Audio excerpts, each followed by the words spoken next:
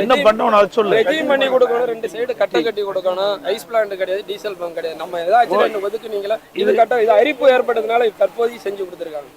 இது கட்டை ஜெட்டி கட்டணும். இது கட்டல அதோட தான் நிக்குது. இதோட தான் நிக்குது. அவங்க எஸ்டிமேட் போட்டு ரோட் வரலையும் வரணும், இது வரலையும் எதுவும் செஞ்சு கொடுக்கல. 11 கோடி வந்து பேங்க் 13 கோடி அப்படியே நிக்குது.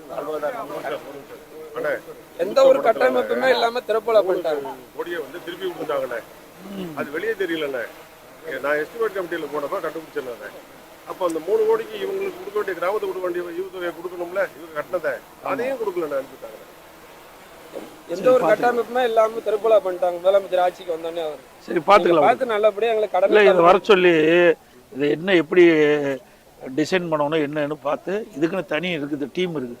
அந்த டீம் வந்து இதை எப்படி வந்து மீனவர்களுக்கு போட் எப்படி வர்றது, அந்த வந்து மணல்லாம் எப்படி தேங்காமல் இருக்கிறது, ஃபியூச்சரில் ஏதாச்சும் வந்தால் கூட இயற்கை சீற்றத்தில் வந்தால் கூட அதுக்கெல்லாம் ஒரு இது வச்சுருக்குறாங்க. அதை வச்சு நான் கரெக்ட் பண்ணி நான் கொடுத்தேன். இது விழுந்துடாது பாட்டு, விழுந்துடாது பாட்டு. வாங்க வாங்க வாங்க ஒன்று அவ்வளோ என்ன வேணும் சொல்லுங்க. ரைட் ஐயா, ரைட்டு, சரி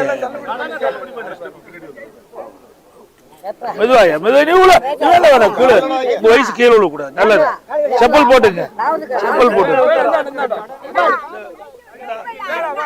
கூட்டிட்டு போயிடும்.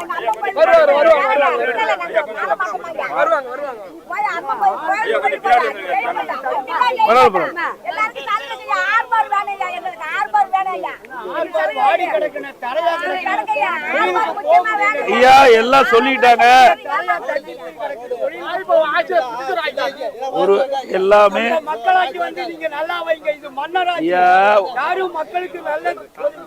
எல்லாமே நீங்க என்ன நினைக்கிறீங்களோ அதெல்லாம் உங்க பிரதிநிதிகள் சொல்லிட்டாங்க. உங்களுக்கு போட்டு வரல, அடிக்கடி மணல் வந்து செலும்பிக்குது, அதனால போட்டு தடைப்படுது, தொழில் பாதிக்குது, இன்னும் எக்ஸ்டெண்ட் பண்ணணுங்கிறாங்க, எல்லாமே சொல்லியிருக்கிறாங்க.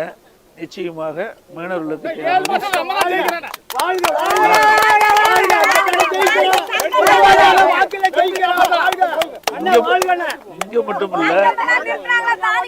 இங்க மட்டும் இல்ல கடற்கரை ஓரம் இருக்கிற எல்லா மீனவர்களுக்கும் செய்து இந்த பகுதி மட்டும் இல்ல எல்லா பகுதியும்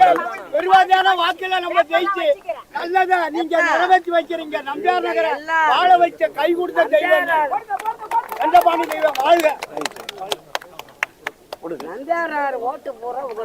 சரிங்க ஐயா. என்ன பார்ட்டிக்காக 8 வருஷம் ஆச்சு இருக்கு. அப்படி இருக்கிறதுனால உங்கள்கிட்ட எந்த உதவி கேட்கல. எங்களுக்கு என்ன உதவி நீங்க செய்யணுமோ உங்களுடைய ஆட்சி வந்த பிற்பாடு இந்த ஊரை மட்டும் நீங்க சுத்தம் பண்ணி கிளீன் பண்ணி கொடுத்துருக்கோம். வேற எதுவுமே நாங்க கேட்கல. உங்ககிட்ட வந்து நீங்க எங்க ஆட்சி இருக்கும் போது தாங்க இதுக்கு வந்து 24 கோடி கொடுத்து ஊர் மக்கள் சார்பா 11 கோடி கொடுத்து ஆரம்பிச்சோம். துரதிருஷ்டவசமா ஆட்சி மாற்றம் ஏற்பட்டு போச்சு. அதுக்கு பின்னாடி வந்து கிடப்புல போட்டாங்க. இப்போ பாதிக்கிறீங்க, அந்த பாதிப்பிலிருந்து மீட்டு கொடுத்தோம். செய்திகளை உடனுக்குடனும் துல்லியமாகவும் தெரிந்து கொள்ள சப்ஸ்கிரைப் பண்ணுங்க.